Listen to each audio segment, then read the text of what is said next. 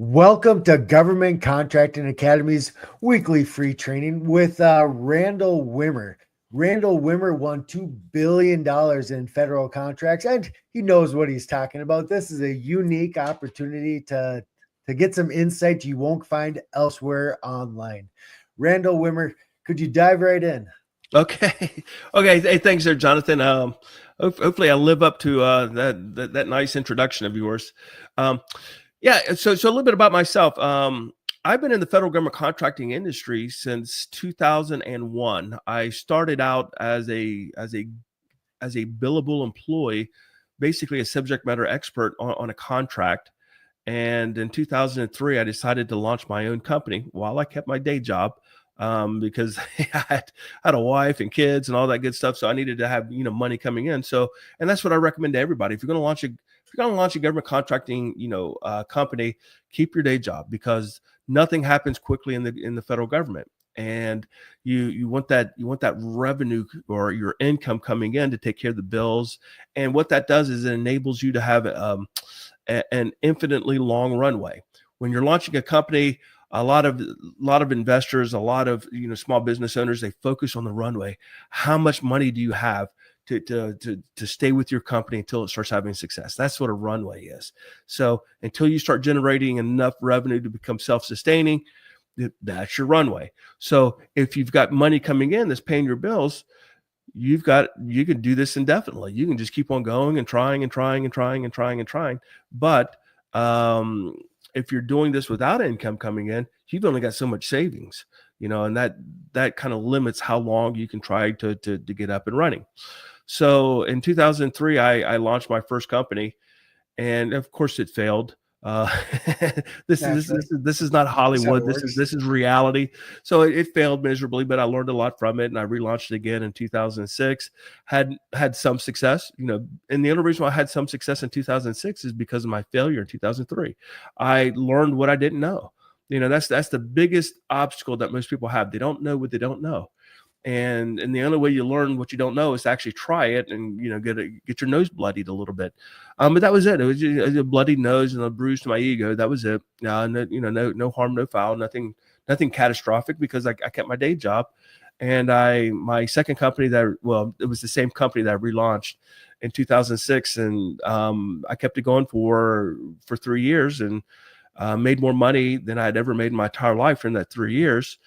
But again, I didn't know what I was doing, so it ultimately failed, and I relaunched it yet again in 2010, and that's when I started figuring things out. And once I figured it out, it was like every single thing that I touched turned to gold in the federal government contracting industry. Everything. It's like it became very, very, very simple, but you don't realize how simple it is until until you do it, or unless you have somebody who shares their insights with you to just tell you how simple it is. And once you do that, then it becomes shockingly simple. And that's what I did. Is I figured it out in 2010.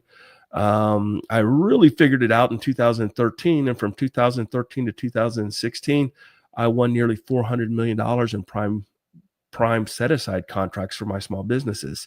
And I ended up cashing out in 2016, and then cashed out again in 2019 with another company, and then cashed out again in 2020 with yet another company. So once you figure out the process, once you figure out how to do it, it becomes shockingly easy. Not easy, simple. Nothing's easy about it. It'll be the hardest thing you ever do. How many people have you hired? If you added up all of that, that massive what an awesome experience. If you I added all that up, how many people have you 500 overseen? easy. Yeah, 500 easy. And the reason why is because people come and go. There's a natural churn. Natural. There's so I would say at least 500. During that time frame. And or I approved. I didn't hire directly, but I was always the bottom line. Nobody entered this company without me bottom lining. They're hiring.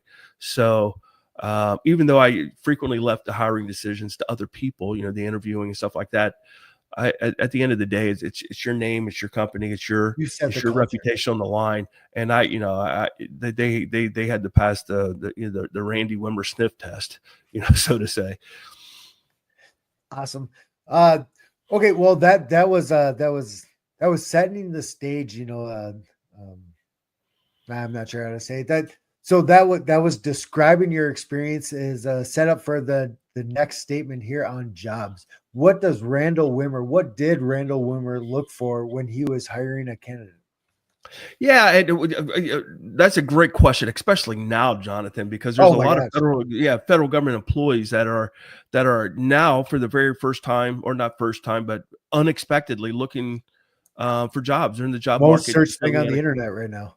Yep. And I don't doubt that. So, so these former federal government employees, or soon to be former federal government employees, who unexpectedly find themselves in the job market, this is probably the most relevant things to their life, to their family, right now, is like, oh my gosh, what do I do? And there's a lot of different things that go into a hiring decision, from the hiring side. Now, when you're looking for a job, it's completely different. It's a completely different perspective, and most people fail to put themselves in the perspective of the people who are making the decision, and that's why they struggle with getting hired. You got to give the people who are making the hiring decisions what they want, and if you don't consider that, then you're going to have some challenges, getting hired. So, this is this is there's so many different things that go into that, that decision. Um, a resume, obviously, if you're coming in the front door, a resume is going to be the first thing that piques their interest. Do you meet the minimum qualifications of what we're recruiting for? And checking the block, boom, then they're eligible for us to continue the recruiting process. But Where would you find that info? If you don't mind me just going on the discrete stuff, where would you find that information?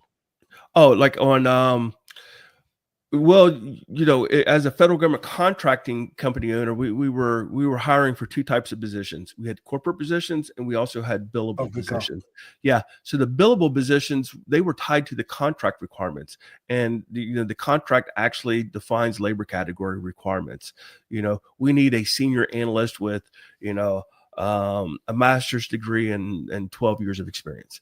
So, okay, let's find somebody who has a master's degree in a relevant field or technical field, which is basically, master's degree in a technical field includes business, believe it or not. Most cases it's either a business degree, engineering degree, science degree, mathematics degree, whatever it is. And then, 12 years of relevant experience basically means like, hey, have you been working for 12 years? Because chances are, if you've got, a degree in engineering, you're not making coffee at a barista. So, so it's basically 12 years of experience. So you're 30 years old and you got a master's degree, or you're 32 years old because, or 34 years old because it took 2 years to go to a full-time MBA program, for example. So that's the minimum qualification. So you look at the education, you look at the years of relevant experience, and boom, check the block. However, that's not what you really make a hiring decision on. You really don't, because there's a gazillion people out there that meet that criteria. Now, there are some jobs that are very specific. You need to know nuclear engineering, or you need to know a tiny aspect of nuclear engineering, and it gets very specific on the technical side of the house. Or for software development, you've got to have coding experience in this language, and there's only so many people who have that. But those are the anomalies. Most job descriptions that you could fulfill, most labor categories that are required on government contracts, are very generic. They really are. That's true. And most Copy and people fit paste a kind whole of thing, bunch right? of them. Yeah, they really are. So that's so finding people that meet the technical requirements are that's easy. That's not who you're hiring, though. You're hiring people not for their tangible credentials, work experience, and education. You're hiring people for their intangibles. Are they a good cultural fit? Do they have a nice personality? Do they, are they leaders? Do they have strong character? Do they have this? Do they have that? Do they, so you hire for the intangibles. When it really counts, you really hire for the intangibles. Yeah. So you could say, and this, I'm going to sound like a really bad leader here. When I was hiring for corporate employees are the people, especially in a small business, that determine whether or not your company stays afloat or goes under. It's just that simple. You know, in a small business when somebody takes their hand off the sausage making crank because no sausage is being made. You know that. You don't need to observe them. You don't need to monitor their hours. You don't need to directly physically supervise them. In a small business if somebody's not pulling their weight. Right away. It's just like boom, obvious. That proposal's not getting written and there's only you to write it. It's like there's no place to hide in a small business. And so intangibles were so damn important to me. And as a small business owner. Now, I won't lie to you. If I was up against a time constraint or the government was starting to give me a hard time, I would say, okay, this guy's technically sound. He meets the qualifications. Boom, let's give him a try. I was more willing to risk it on a contract because, contracts are usually 5 years long. And let's just say you're halfway through it. You're finishing up year 2 and you hire somebody and didn't quite work out. Like I wasn't sure about his intangibles. I wasn't sure about his character. I wasn't sure about his ability to lead, his work ethic, all that kind of stuff. Show up. And he goes on there and within 6 months, it becomes obvious, what kind of hire you made. And that was a poor hire. So the government complains to you, or if you really want to be a good leader, you never let the government complain to you. You go and you're constantly asking like, hey, how are we doing? And you get personal with it. You get specific. How's Bob doing? How's Fred doing? How is, Sally doing? How is Timmy? How's Tammy? And you really get down there and then if they have like, Sam is, when he's here, he does a good job. Oh, fuck that's a boom. Any hesitation. They might not say it, right? It's like, or when he's here, red flag, like time out, we got a problem. So, you try to fix it. You give them an opportunity to fix it. But if they don't fix it, he's out and you're getting a new person. You don't have the luxury of doing that and you can do that on a contract because again, contracts are usually 5 years long and they'll forget about Sam being a dirtbag, when it's coming up for recompete, 2.5 years later, 2.5-3 years later, you can say, oh man, we got a great team. They completely forget about Sam being a lazy bum, so you got enough time to heal yourself. As a small business owner, you don't, in the corporate office. If this guy or gal is not performing, they have the potential not only to screw up whatever they're doing, but to completely change the culture of your company. And that is what you don't want to have happen. And it's highly probable. Highly probable. Yeah. It's likely to happen. They say one bad apple can really destroy an entire bushel of good apples, and it's so true. That because rot spreads, and it spreads a hell of a lot faster. Right? Yeah. Oh, totally. Yeah, it's just like, and that rot goes to the next apple that's up against it, and then so on and so on. And the next thing you know, you've got a bushel full of rotten apples. Nobody wants to come to work. Oh yeah, and you are just death spiral as a company, and I hate to say it, rot spreads faster than freshness does. Being a fresh apple, it's really hard to rub off on the next the rotten apple and turn it fresh. It doesn't work that way, So you really got to avoid the rotten apples. So when I hired for the corporate office of a small business, I literally had this litmus test. In 5 years, could this person replace me as the CEO of a small business? And if I didn't feel good that answer was yes, I didn't hire that person. I did not hire that person because, in the corporate office, if you can't envision them being better than you are, then they're not the people you want.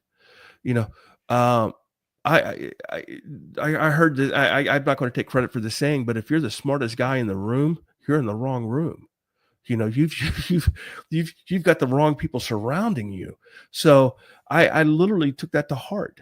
But that's honestly, I was one of the anomalies. Most small business owners, they don't want to feel threatened. They have an ego. They said like, I got to be the smartest guy in the room at all times. And one, I didn't have the luxury of having an ego. I had personal financial reasons why I had to be successful, Got to get it and done. I had to be successful, and I tell people that I became, here I am, the CEO of a company, the owner of the company, and you're talking about, being king, being the CEO and owner of a small business. It's all you. You can go in there and you can do some crazy stuff as a small business owner. You really can. You got to be really careful, because there's no checks or balances. It's not like if you're publicly traded or something like that, you'd have a board, they'd have oversight, all that kind of. There are no checks and balances on a small business. So you can do crazy stuff. You can go down a rabbit hole if you want to. You're not going to keep your employees; they're all going to leave. But you can do it, till you go out of business. So I didn't have the luxury of having an ego. I had to be 100% focused on success. And that's what I did. I focused 100% on what I really needed to do. And if I could find somebody who was better than me, man, I hired them in a heartbeat. Maybe they weren't as experienced as me at that point, but I wanted to see the potential that they could surpass me. And that's what I did, is I hired people that I felt like had the potential to surpass me. And I got very fortunate. I mostly made good decisions in that regard. And the people that I made poor decisions on, they weren't good fits and they didn't last that long. But the other people, man, I tell you what, I was so fortunate. I had some great people, and I do mean great people, and they all came from different walks of life. Some were veterans, a former government employee that I hired right out of the government. Hired somebody right out of college. I hired people that I knew. That I went way back with. I hired people that I had worked with at previous jobs, but in different capacities. So I had a really broad spectrum of people that were really successful in my corporate office. And the one common thing that they all had is that I felt like they all had the ability to surpass me, and that's why I hired them. The A-team. The A-team. And and again, I made some mistakes. I hired people that had historically surpassed me, but they were at a phase of their career or life where they no longer have that ambition or aggressiveness or whatever. So I made a couple mistakes here and there, but for the most part, the team that rode the bus the longest, buddy, they were the A-team. They really were. Oh, that's awesome. To recap the theme of this week's episode, I asked Randy ahead of time to share insights from his perspective that could help people looking for new jobs in government contracting, like looking to work on the contract. Like, what could he share as the owner, it's a unique perspective. And, if you're down here, you don't always get to see the things from on top of the mountain, Yeah.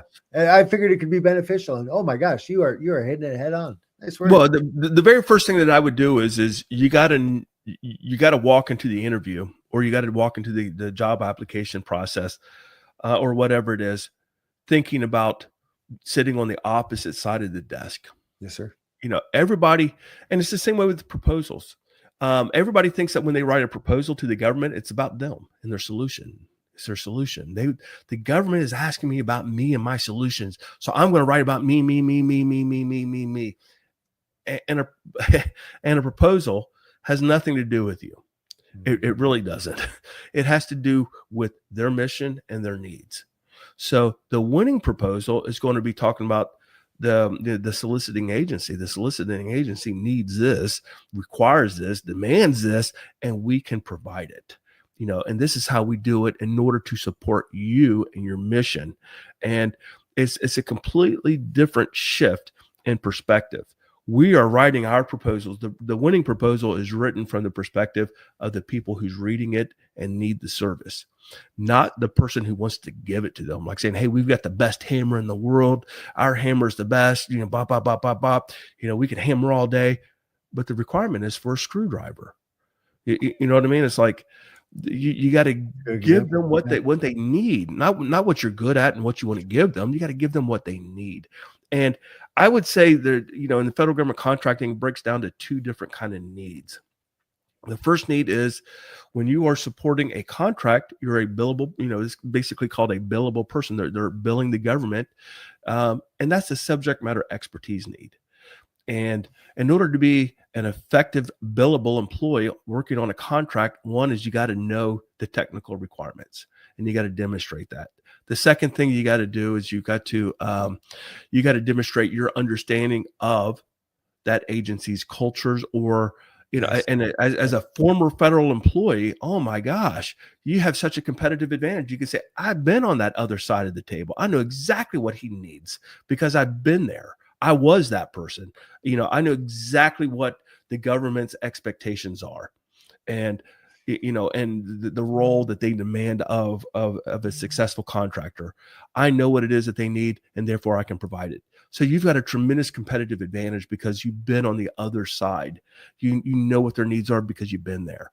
If you're looking for billable contract work in the same agency that you left, you really got something. You can say, hey, and I'm an expert of this agency. Most of the time that you're being interviewed for a billable position, you're going to be interviewed probably by the program manager or the program director or a senior, depending on how big it is. Maybe this is the team leader or Just a whatever couple task notches order up. lead. Yeah. The deal is because they're the ones who know what the requirements of the contract are. The CEO of the company doesn't. I didn't have a damn clue, what was on the contract. All I knew is that, my program manager better be meeting them. That's the extent of my knowledge, to it. So you're going to be meeting with somebody who's going to be more technical. You're going to be meeting with somebody who will truly want to hear that you understand what's on, what the expectations are on the other side of the table. So that's where I would focus on. That is like, I know these people. I've been these people before, and I know what they want. I know their expectations, their requirements, and I can deliver that. That's probably the best pitch that you can do, is like, I get it. I get what the customer wants because I just came from this agency or this organization, or simply, I'm a former federal government employee. I know how to play this game. I know what I wanted, and therefore I know how to deliver what they want. So that's probably your best narrative. Now, go ahead. So you just to elaborate a little bit more. So you just spoke to the program manager or the manager, the two levels above the ground, whatever we were just talking about. That is a different perspective than the CEO. So if you wanted to research a company on LinkedIn and you found the CEO, there might not be an advantage to studying the CEO themselves too much, because there is a disconnect, especially at scale. Yes.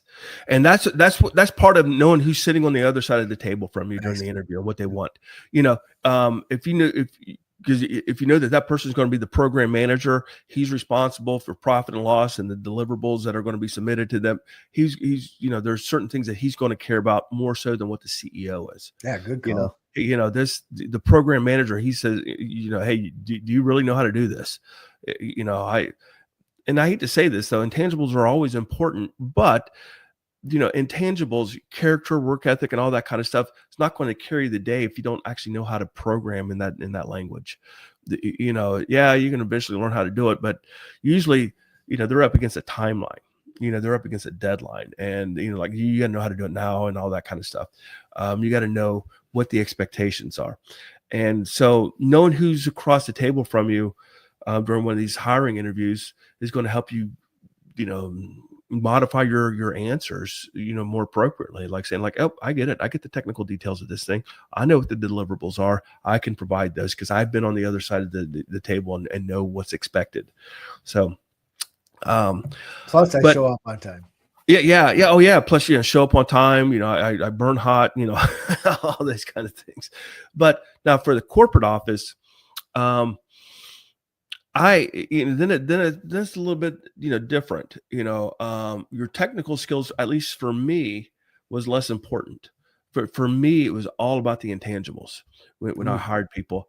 And I got a story to tell. There was a guy who was out of college. He was out of college, I think, for 2 or 3 years and had done nothing but government work, in warehousing of all things. And we had some logistics contracts, but what he did really didn't mesh with what he was doing.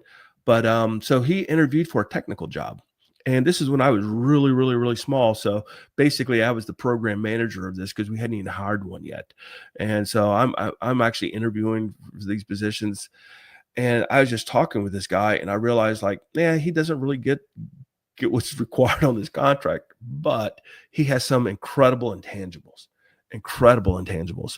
And I just, and we were growing, and I had room on my corporate, team for one more person that we could afford. And that interview completely shifted based upon this guy's intangibles. They really did.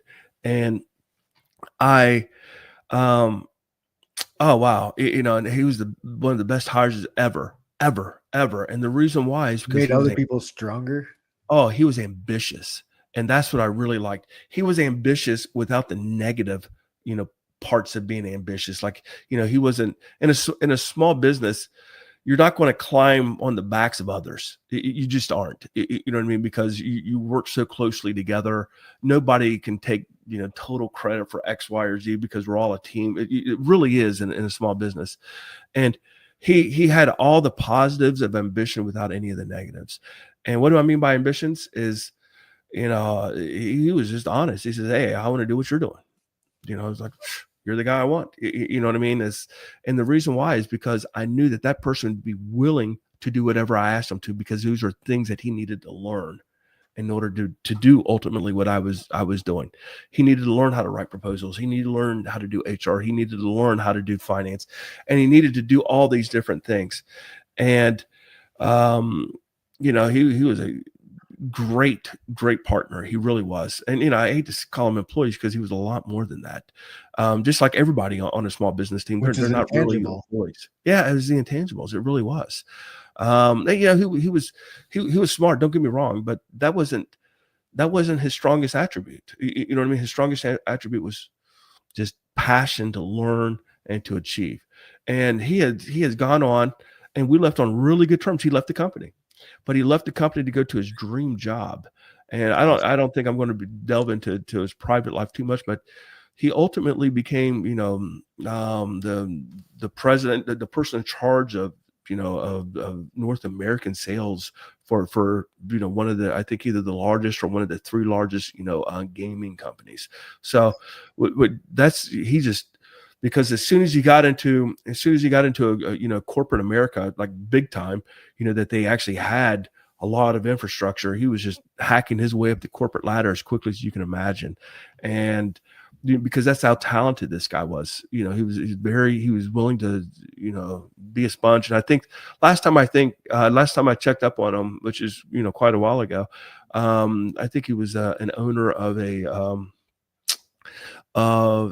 vineyard.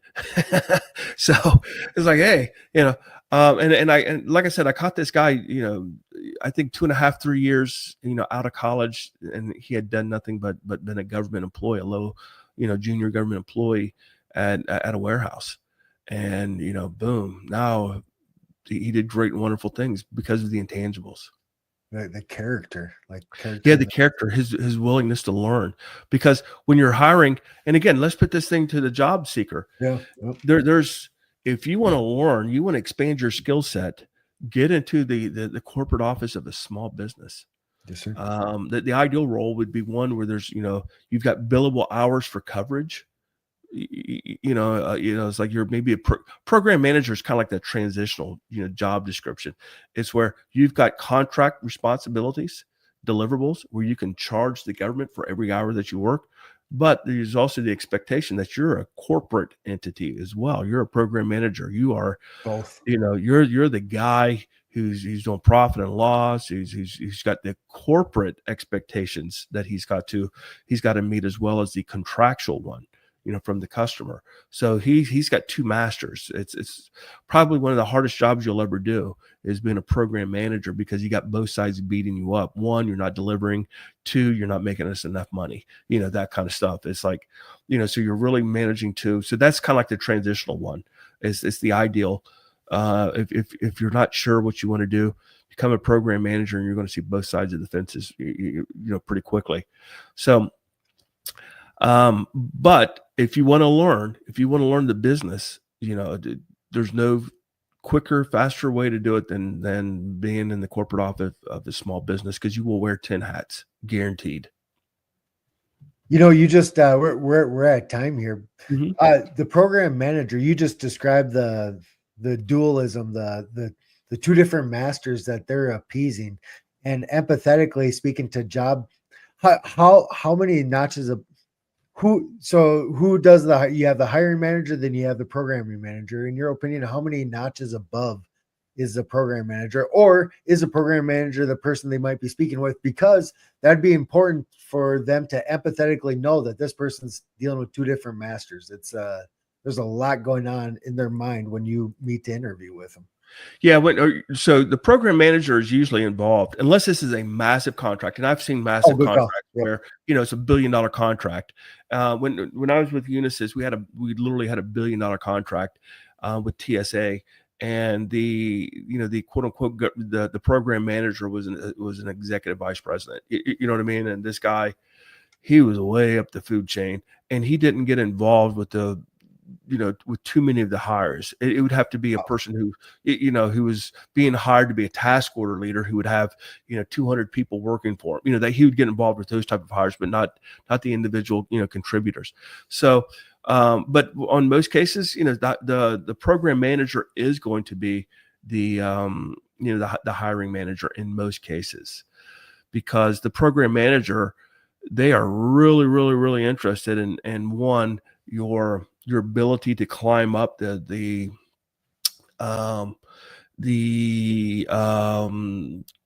labor category ladder. Like, you're coming in as a junior, but how close are you going to be to becoming a senior? And could we promote you into that senior role and still, so we can bill you out at a higher rate? Is the government going to buy it? Like in 2 years, are you going to be good call? Yeah. So, they're going to want to see, they're going to see your ability to climb up the labor category ladder. Is the government would the government be happy with you taking over the job as team lead, which is a project manager labor category, where we can charge you out to the government for $100 more kind of deal. So they're interested in, one, your salary expectations, and then two, your ability to climb that ladder where they can actually make more money off you in the long run. And not to be martial about it, like saying like, hey, it's all about making money. But at the end of the day, that's what business is. I was gonna say it's business, right? Yeah, rough diamonds is what I was picturing there. Yeah. So your program manager. But however, there's a lot of people in the federal government. If you've got any federal government federal government experience, if you're transitioning out to the government contracting world, that type of leadership, that type of perspective is really powerful. That would make you a strong candidate to become a program manager. And I've known people who make the mistake that there is a mistake that you can make. I told people that what a great job it is in order to be picked up and hired by a small business. In a small business, they're going to be not more forgiving, but they're going to be more willing and able to train you to do your job. If you come into a small business and I realize that you don't have too much proposal writing experience, guess what I'm going to be doing? I'm going to make you a better proposal writer. Why? Because it's in both of our best interest to do that. If you go to a large business and to their corporate office where you don't have that billable coverage to validate your employment, like saying, hey, I'm at least making money as a billable employee, then and you don't immediately deliver, you're going to be crushed. Because this is what large businesses will frequently do. They'll say, hey, Bob, you've got a lot of good experience and contacts in that agency. Wow, I bet you know a lot of people. Why don't you come to and join our executive team? With your Rolodex. Yeah. So the next thing you know, you're joining them thinking like, hey, I'm an executive. Well, they only want you for your Rolodex. They only want you to know for who you know. And what they're going to do is they're going to pimp you out to every other business development executive. Say, hey, Bob, can you get me an introduction with Sally at your old agency? Sure. So, like, hey, Bob, would you like to, why don't you set up a lunch with Johnny over at, your last job at the agency? And, so the three of us can go out. Sure. And then, so they're going to burn through your Rolodex. having you exploit your friends basically. And then in about 6 months, they're going to say, hey, Bob, how are you doing meeting your expectations? And you say, well, what do you mean? Like saying, like all of our business executives, they have a growth expectation of 20 million a year. How close are you doing? We just a checkup, just to see how you're doing. And that's when you wet yourself. You think, oh my gosh, I don't know how to grow this. I've never written a proposal before. I've never done this. I've never done that. So so basically you're on probation for 6 months until they fire you, maybe a year. But so you're going to be there about a year and a half before they fire you.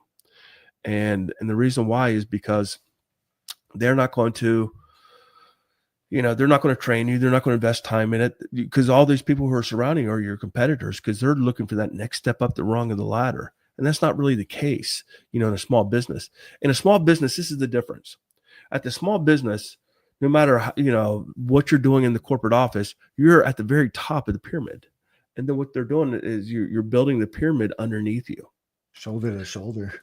Yeah. So basically, it's like wherever you are in that pyramid, you're starting out as a small business is kind of where you stay.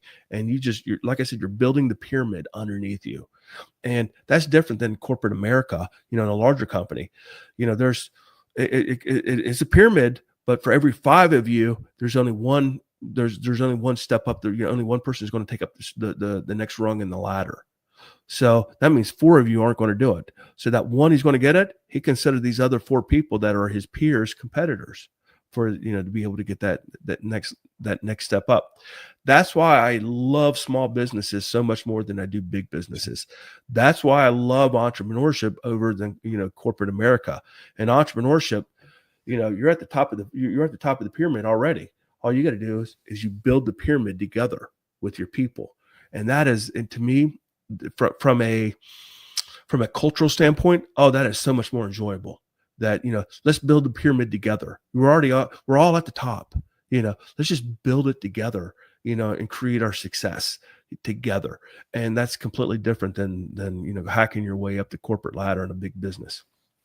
We're at time here. What a great visual. I don't think I've heard you say that before. I really do like that. That's a small one. What to catch my understanding, we're going to close it out here. Would you recommend Small America or small business in America? Small business America, I really would.